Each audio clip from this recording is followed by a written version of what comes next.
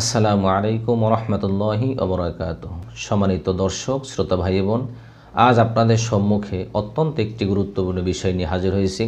বিষয়টি হলো পবিত্র শবে বরাতের রোজা কবে এবং কয়টি। এ বিষয়ে অতি সংক্ষেপে আলোচনা করার চেষ্টা করব। ওমা তৌফিক ইল্লা বিল্লাহ। পবিত্র শবে বরাতের রাত্র আসলে মুসলমানেরা অনেক নেক আমল করে থাকে, রাত্র জাগরণ করে নফল সালাত আদায় করে থাকে, জিকির আজগার, কোরআন তেলাওয়াত, দান সাদগা, অসংখ্য নফল আমলের মধ্যে মানুষ রাত্র কাটিয়ে দেয়।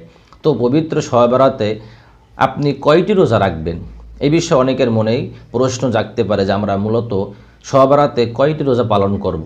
রসুল করিম সাল্লাল্লাহু আলাইহি ওয়াসাল্লামের হাদিস থেকে আমরা যতটুকু জানতে পারি, আল্লাহ রসুল সাল্লাল্লাহু আলাইহি ওয়াসাল্লাম বলেন, ইযা কানাত লাইলাতুন নিসফু মিন শাবান, যখন তোমাদের মধ্যে শাবান মাসের মধ্য রজনী এসে যায়, অর্থাৎ শাবান মাসের 14 তারিখ দিনগত রাত্র 15ই শাবান তোমরা পেয়ে যাও বা তোমাদের কাছে উপস্থিত হয়, ফাকুমু লাইলাহা, তোমরা ওই রাত্রে দণ্ডায়মান হও, নামাজ আদায় করো, অসুমু ইয়াউমাহা, এবং পরের দিন সিয়াম পালন করো, রোজা রাখো। সুতরাং এই হাদিস থেকে আমরা বুঝতে পারলাম যে রসুল করিম সাল্লাল্লাহু আলাইহি ওয়াসাল্লাম শবে বরাতকে কেন্দ্র করে রোজা রাখার জন্য আদেশ করেছেন, উম্মতদেরকে উৎসাহিত করেছেন।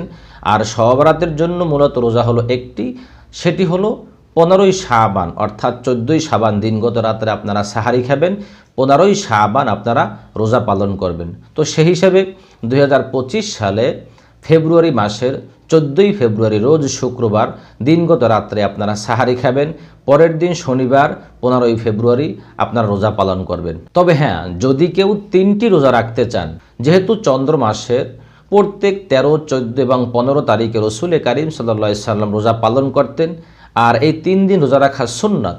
যদি কোনো মুসলিম ভাই বোন পিতামাতা 3 দিন রোজা রাখতে চান, যে আমি 3 দিন রোজা রাখতে চাই, আলহামদুলিল্লাহ, তাহলে ভালো কথা, আপনি 3 দিন রোজা রাখার সব পেয়ে গেলেন। এর পাশাপাশি পবিত্র শবে বরাতের রোজা আপনার আদায় হয়ে গেল। যেহেতু 15ই শাবান হলো শবে বরাতের রোজা, সুতরাং আপনি 13, 14, 15 এই 3 দিন রোজা রাখলে আপনি আলাদা একটি সুন্নতের উপর আমল করলেন এবং এর পাশাপাশি শবে বরাতের রোজাও আপনার আদায় হয়ে গেল।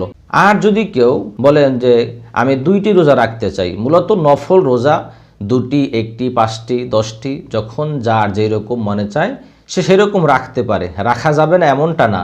তবে আপনি যদি মনে করেন যে না, আমি নফল রোজা হিসেবে 2টি রাখবো, হ্যাঁ আলহামদুলিল্লাহ রাখতে পারেন, কোনো বাধা নিষেধ নেই। তবে সুন্নত হিসেবে আপনাকে 3টে রাখাই সবথেকে উত্তম হবে।